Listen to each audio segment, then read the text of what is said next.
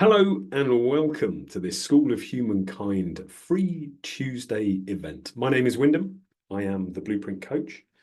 School of Humankind was started really to create a place where we can come together and connect, where we can have conversations, where we can respectfully debate and disagree, and ideally, where we can come together to learn and grow.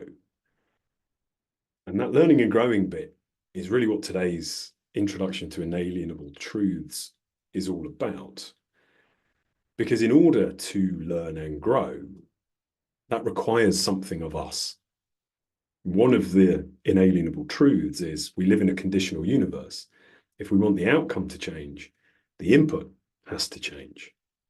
I don't like haves and shoulds and musts, but in that context, that's just the way the inalienable truth works. If we want a different outcome, we have to change the inputs. So with growth and learning, I would ask for this, it's going to be about half an hour. You bring your certainties with a very light touch, because we can't grow if we're absolutely certain of what it is that we already know. And anybody who tuned in to the last talk I gave, How to Solve Your Problems, a few weeks ago, will have heard me talk about a technique that I use all of the time now. And it is as simple as, can I bridge to 10%? We live in a world at the moment where the demand seems to be of us to accept 100% of what somebody is saying or telling or believing or their philosophy or their approach. And if we don't, then the perception is that we are 100% against that person. And it's just a really unhelpful. Not only is it unhelpful in our own development, but it is deeply divisive and hugely polarizing. So I don't expect or want or intend to persuade anybody of my outlook on life. I do want to share it with you because there may be elements of it that you benefit from. And so for the next half hour, I ask you to hold your certainties lightly. Can you bridge to 10%? Are you willing to go to places that make you feel uncomfortable? Because when we're talking about inalienable truths, I wrote a book last year called The Companion Book of Inalienable and Often Inconvenient Truths. And when we're talking about those truths, I have a very strong belief that the vast majority of the things you think you believe and the things you believe to be true have nothing to do with objective, inalienable truth. So can you bridge to 10%? Do you feel a reaction to that? Can you put your reaction to the side for the duration of this conversation and see where it takes us and see which bits you can pick out that might be helpful? You don't have to take it all. You don't have to take any of it. But if you can bridge to 10%, you might find something of benefit. So what are we talking about? What are we dealing with? Why is it necessary, or why do I find it necessary to add the word inalienable in front of these truths? What are we as human beings dealing with? Well, as human beings, we crave certainty. Uncertainty makes us feel very uncomfortable. And there's a really simple reason for that. And it goes back to our ancient brain. Tens of thousands of years ago, certainty equaled safety, and safety equaled survival. And that ancient part of our brain, it's really got two major priorities. One is survival, ensuring we stay alive, and the other is procreation. But you can't procreate if you're not doing the first one. So our primary goal of that ancient part of our brain is survival. But we live in a chaotic world. We live in a universe that is based on chaos theory.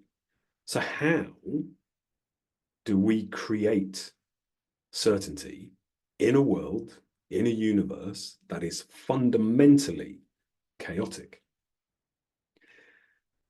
Well, we tell ourselves and each other stories. And I don't mean they have to be the Iliad I don't mean they have to be the oral tradition of beautiful stories told around the fire. They can be small snippets, but we tell ourselves and each other stories.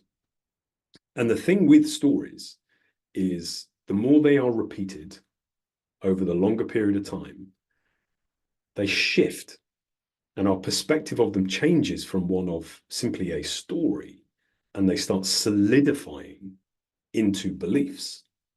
And those beliefs, if they are repeated often enough over a long enough period of time, solidify into truths. So we find a way to create certainty. And if we go back to the ancient brain, we think of the leopard in the long grass. An example of grass is swaying. Now, our ancient brain is there going, well, it could be the wind, or it could be a leopard. Now, I only need to get that decision wrong once, that I think it's the wind, I go over and investigate, and I'm done for. So the story my brain starts telling me, or maybe that's shared around the group, is when you see the grass wave, there's a leopard, run. And that starts creating an automated pattern recognition, essentially. It's a fundamental belief I have to survive.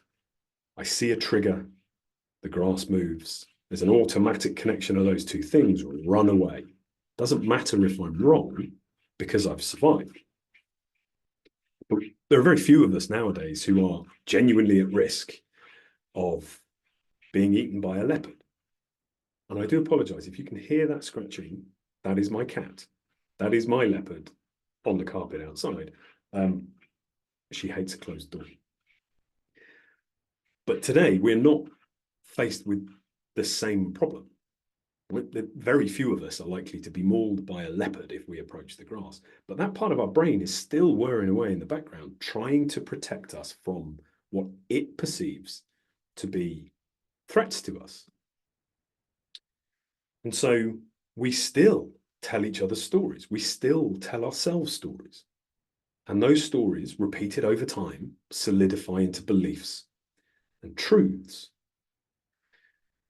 And we already know now that not all of them are really interested in the truth. They're simply interested in a perception of survival. So we have these modern stories that we tell ourselves to protect us from modern threat. But it isn't just a protection mechanism, because what it also does, it imbues in every single one of us magical ability. It gives us the power to look into the future. It essentially makes fortune tellers and clairvoyants of us all bridge to 10%. I don't know how many of you actually believe in magic, but we're looking into the future. And I'd actually put money on the fact, small caveat, I'm not going to put any money on it, but I would actually put money on the fact that everybody who is watching this has performed this magic trick at least once today.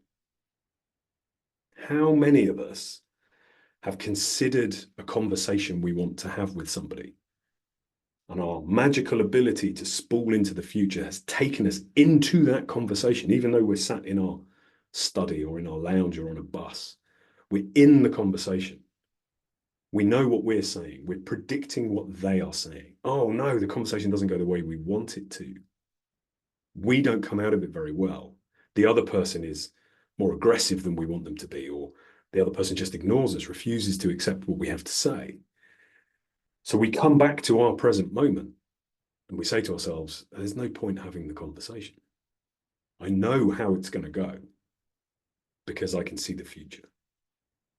Or how many people are attending an event and you know there's at least one person at that event you don't really want to spend any time with because you find them obnoxious or overly loud, or they're just mean, whatever it might be. You project forward, you find yourself in the event and they're behaving in the way you know they're going to behave, and you start feeling your own anger rising and your own emotions bubbling to the surface, even though when you spool back, you're sat on the bus, you're sat in your lounge. My wife once woke up from a dream in a really bad mood with me. And it took all day for her to finally tell me that the reason she was in such a bad mood with me is because her ability to go into an alternate future had been one where I put my head in a lion's mouth. And she woke up thinking I was very irresponsible. Now, slightly different from what we were talking about, but the emotion it created in her was the same. And the actions she took that day were fundamentally impacted by this imaginary event. And that's really what we're dealing with. Our beliefs and our truths enable us to look into the future, certain about what the outcome is going to be. But are we certain? We never give ourselves the opportunity, maybe not never, but we very often don't give ourselves the opportunity to actually go into that moment and give that other person the opportunity to surprise us. Because our ancient brain is kicking in going, there's no safety in that environment. The threats we face today are different. This is a threat. You know it's going to go badly. Don't do it. So we stay where we are. But let's look at those truths and those beliefs. What are they? They're based on story. All they're really doing is creating certainty for us. They are creating predictability. Essentially, the truths and beliefs we think we hold are stabilizers. It means that when we go out into the world every day, there is a predictable pattern to what we can expect from the world around us and from ourselves. And these truths and beliefs, they embed in our blueprint. And our blueprint's responsibility is to keep us alive. And it does so by taking those truths and beliefs and automating our reaction. So that whole piece where we project forward into the future, we have a conversation. It doesn't go well. We come back to the present, make a decision not to have the conversation. That's all happening in a heartbeat. Even though we can bog down in it and relive it, and relive it, and relive it. The truth and the belief has already decided the action we are going to take, or the inaction we are going to take. So, yes, we gain certainty. We gain predictability. We gain a modicum of stability in this chaotic world. But what we gain in certainty, predictability, and stability, we lose in opportunity, exploration of potential, and the possibility of growth.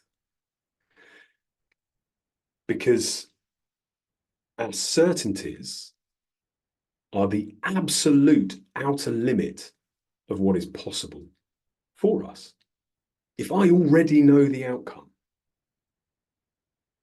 that's as far as I'm going to be able to go. I lose the ability to surprise myself because my protection mechanisms are keeping me safe. They're holding me back from making decisions that could expose me to what is perceived as a threat. And that's all based on story. It may be based on some level of experience. I'm not going to deny that. If we know somebody well and they've behaved consistently in a way we don't like, then we may well be able to predict the future. But in the same way that it doesn't matter how good a sports team is on paper, you still go and play the game. You still send both coach loads of players to the pitch and they battle it out because you just never know. For us, when we allow that blueprint to fire, when we allow those truths and beliefs made up of stories repeated over time to shape our behaviors, it's like we're not turning up to the game. Brené Brown talks about she won't listen to people who are commenting from the stands. Unless you are on the sand, living life, engaging in life, then you have no opinion that is of value to her. It's essentially what our blueprint does. In an effort to protect us, it keeps us on the sand, keeps us off the sand. But genuine empowerment Because let's be honest, having those decisions made ahead of time, when we never then engage in the action that we're going to learn from, is hugely disempowering. Genuine empowerment lies at the intersection between ownership of what is ours to own and the unembellished truth. When we can get our heads around that, when we can strip away the stories, when we can bring our awareness to where we are filling in the gap of information, of story, when we are embellishing something and protecting ourselves, we end up in it's almost like a feathered nest, but instead of twigs, these are razor sharp rocks. There's a level of comfort because we can predict it, but the overall discomfort of not stepping into our life over time will become unbearable. That dissonance we face will become too much to bear. And that is where the inalienable truths come in. Inalienable truths are what we are left with when we strip all of that stuff away. They effectively act as the building blocks. When we connect them all together, they create a platform from which we can boldly and courageously step into creating the lives we really want, because we are dealing with what is, not a fabricated, manufactured version of that, a story we have told ourselves about what we think is going to happen. And those inalienable truths, there's a concept in karmic yoga called Maya, and it is this idea of there being thin veils obscuring our vision between us and whatever it is that's actually happening. And because of these veils, we don't see what is for what it is. Inalienable truths are where we strip away the stories, strip away the emotion, strip away the biases, the assumptions, the presumptions, the imagination, the pain, the suffering.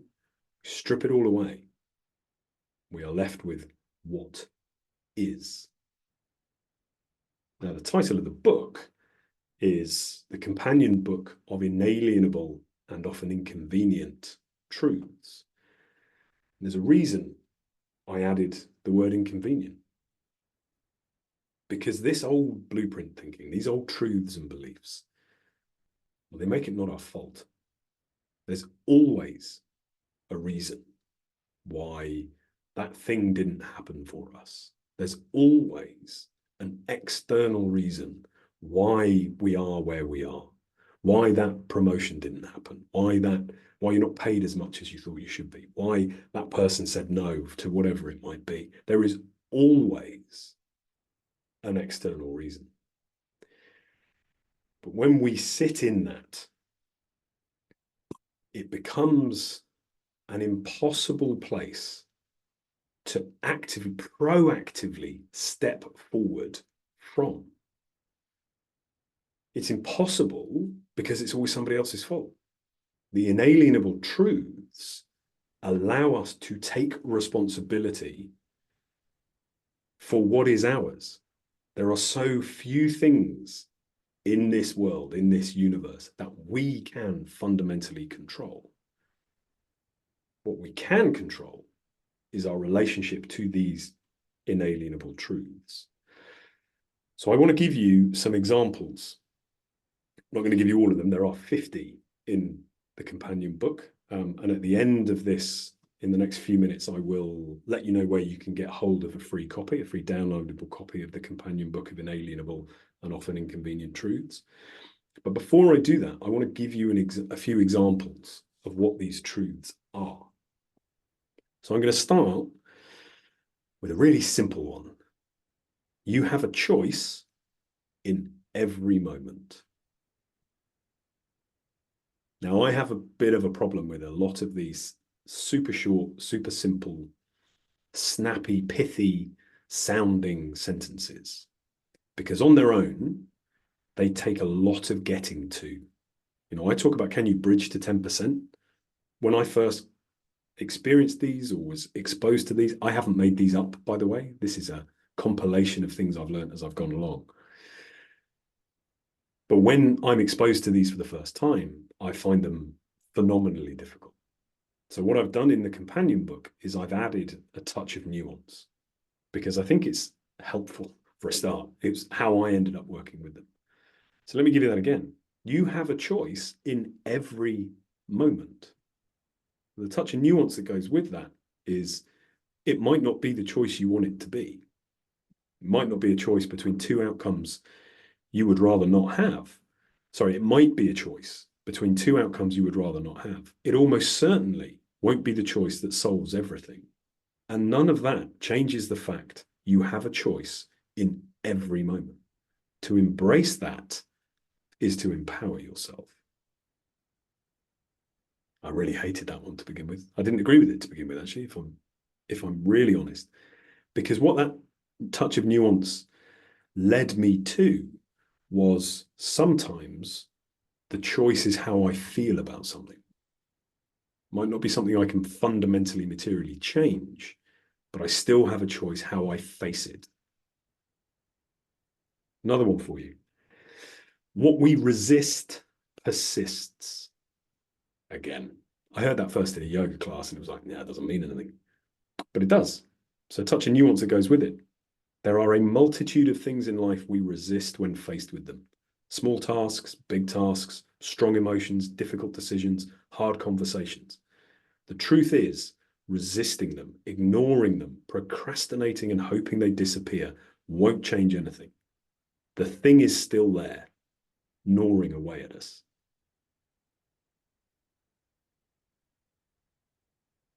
See how that lands with you. I'll give you two more. You cannot address what you aren't aware of. That's a little bit more straightforward, right? This is about our blind spots and the touch and nuance that goes with it. Whenever we tell ourselves a story, we begin to obscure what is. And we are master storytellers. Each story adds a layer, and each layer moves us further and further from what is, eventually becoming completely obscured. And if we can't see it, what are we trying to resolve? Problem or the stories? And the last one I will share with you today, fear lies at the core of what is keeping you stuck. Always. And the touch and nuance that goes with this, we may try to shroud ourselves with any number of reasons why things aren't as we really want them to be. But at its core, it is always fear. Fear of judgment, fear of loss, fear of failure, fear of exclusion, fear of rejection, fear of someone else's reaction. Fear keeps us where we are by elevating others above our own needs. So that's just 4 of the 50 inalienable truths that are included in the companion book. And that book, there's no tricks, there's no hacks, there's no techniques as such. And I know that we live in a world that wants to persuade us that quick fixes are available and that a hack is the best way to, or a trick is the best way. There are no tricks to this. It is simply looking through, pulling aside those Maya, those veils, looking through the stories we tell ourselves that keep us stuck and arriving at the indivisible truth that lies at the heart of it. And like I said earlier, when we can work with those, when we can lock them all together, they create this solid platform from which we can step into creating the life we really want to live. I will leave you with that. Short and sweet today. I'm quite pleased I've come in under half an hour. Normally, I thought I'd be waffling for ages. Thank you so much for watching this. Just looking at my notes. Oh, yes, the download. You can download the companion book. If you go to the School of Humankind website, which is schoolofhumankind.com, click on the faculty, scroll down to my face. It looks quite a lot like this one. You can click that face, it will take you through to the page where you can get the download. You could also download it from my website, which is wyndhamjames.com. You'll be prompted after about 30 seconds to download it. But if you're interested in this stuff, then please do download it. There are 50 in there. I send it to all of my clients when I work with them, and I get messages years after I've been working with them. I say years, I only wrote it last year. So a year. I've recently had a message from a client who references it all the time. There is something in there for pretty much every eventuality in life. So thank you so much. For the rest of this week, I think on Thursday, there is a movement meditation via, I've just been sent a message. There's a movement meditation via School of Humankind that you can sign up to, which John Britton is going to be running. Let me quickly. Thank you, Verena. It's a note has just come through on the call saying, do you solve the problem or the story? Thank you for this. I will think about this. Yeah. It's such a pain. But again, it's like symptom and problem on the how to solve your problems. Are we solving the problem? Are we getting deep enough? And I think with these inalienable truths, like I said, they're the bedrock, and they're inconvenient because it fully puts ownership of what is ours to own on us. Now that's inconvenient, but it's enormously empowering when we can accept it. So I will leave you with that. Thank you all very much. Like I say, there is another Thursday event with John. It's movement meditation. Please sign up for that, or check out our YouTube channel, School of Humankind, where all of these will be uploaded and you can enjoy them at your leisure. If you want to get in touch with me for any reason, you can do so through my website, wyndhamjames.com. I will leave you with that. Thank you very much, and I will speak to you again soon. Take care.